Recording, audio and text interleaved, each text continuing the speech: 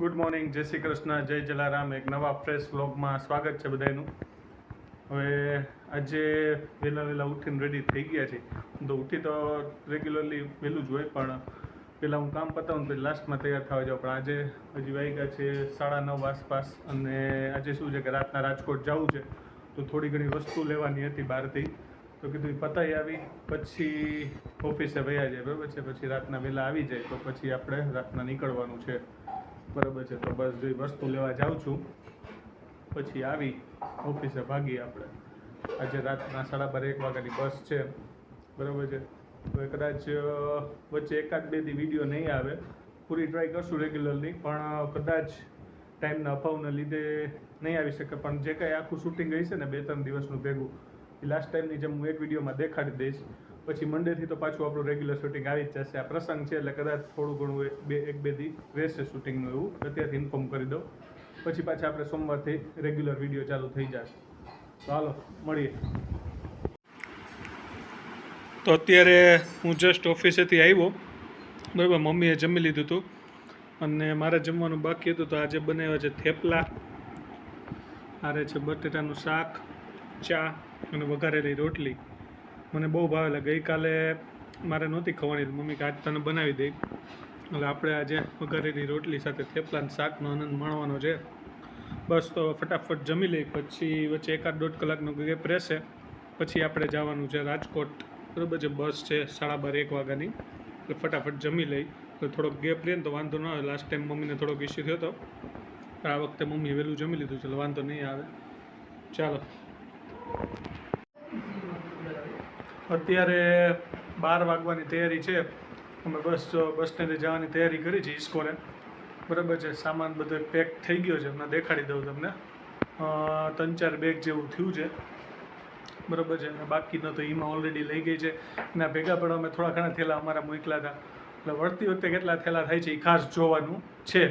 હાલો અત્યારના થેલા દેખાડી દઉં. અત્યારે થેલામાં જો તો અહીંયા 3 થેલા તો દેખાય જ છે. એક મારું લેપટોપનું બેગ છે, બીજા 2 થેલા છે, બરાબર છે. પછી એક આ નાસ્તાનો થેલો થશે, બરાબર છે. એક કોલ્ડ્રિંકની બોટલ લીધી, ઘરેથી કોલ્ડ્રિંક ભરી લીધું, થોડુંક રસ્તામાં પીવું મજા આવે, બરાબર છે. મમ્મીનું પર્સ છે, બાકી બહુ નથી ને. હા, સામે રહી ગયું દેખાડવાનું. આ એક બૂટ ચપ્પલનો થેલો, કારણ કે લગ્ન હોય ને એટલે એક થેલો વધી જાય, બાકી વાંધો ન આવે, બરાબર ને મમ્મી? બરાબર. તમારે ચપ્પલ લેવાઈ ગયા ને? હા, લેવાઈ ગયા. હાલો પાછા રાજકોટ. પછી પૂરું ન હોય તો થાકી જશું. આમ ઉપરા ઉપરી જવાનું થયું. હા, નહોતા ગયા તો નહોતા ગયા, આ વખતે ઉપરા ઉપરી જવાનું થયું. પ્રસંગ હોય એટલે જવું પડે, એટલે જ ને. પછી હવે હમણાં નહીં જવાનું થાય, એટલે જ બીજું શું.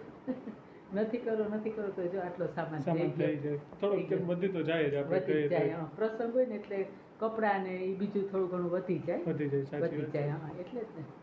અત્યારે તો વાંધો નહીં, વળતા પછી ટ્રાવેલ્સ ની કરાવશે એટલે એની ડેકીમાં સમાઈ જશે, સામાન બધું એમાં અંદર સમાઈ જશે.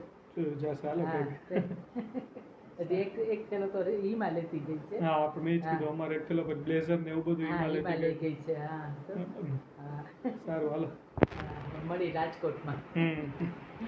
The next day. ત્યાં ના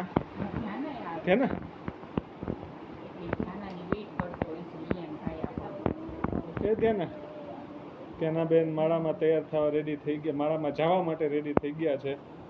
બધું જો સરસ પહેરે છે, હે ને? ત્યાંના સરસ પહેર્યું છે ને એને મમ્મીએ બે એના મમ્મીએ મેકઅપ કર્યો છે. અમારા ધ્યાના બેને મેકઅપ નથી કર્યો, નાના છે એટલે. શું જોઈ છે? ચાલો રેડી ને? તો ચાલો જઈએ. ત્યાંના ready? Are you ready? Yes. ચાલો ચાલો. તો અત્યારે હું ને એમાં રેડી થઈ ગયા છીએ. માળાનો પ્રસંગ છે, બરોબર ને? તો બસ જો બધા રેડી થઈ ગયા છે, અને અમે જવાની ત્યાં તૈયારી કરી છે. બાજુના ઘરમાં જ્યાં રાખ્યું છે ત્યાં ઓલમોસ્ટ રેડી થઈ ગયા છે. 5 જેવું વાગ્યા છે, બરોબર ને? તો ચાલો તમે બધા અમારી સાથે. હા, તમને બધા વિડીયો આપણે શેર કરી, બરોબર છે, માળાથી લઈને રાતના દાંડિયા છે, હા પછી કાલે મેરેજ છે અને પછી રિસેપ્શન, હા. બરોબર છે ને. વિડીયો મેં કીધું એમ બધા એકસાથે પોસિબલ, આઈ થિંક વચ્ચે પોસિબલ નહીં થાય, પણ થશે તો મૂકીશ, બાકી બધા એકસાથે મૂકી દઈશ, બરોબર ને. પછી સોમવારે પાછા આપણે રેગ્યુલર. રેગ્યુલર. તો ચાલો આગળ મળીએ.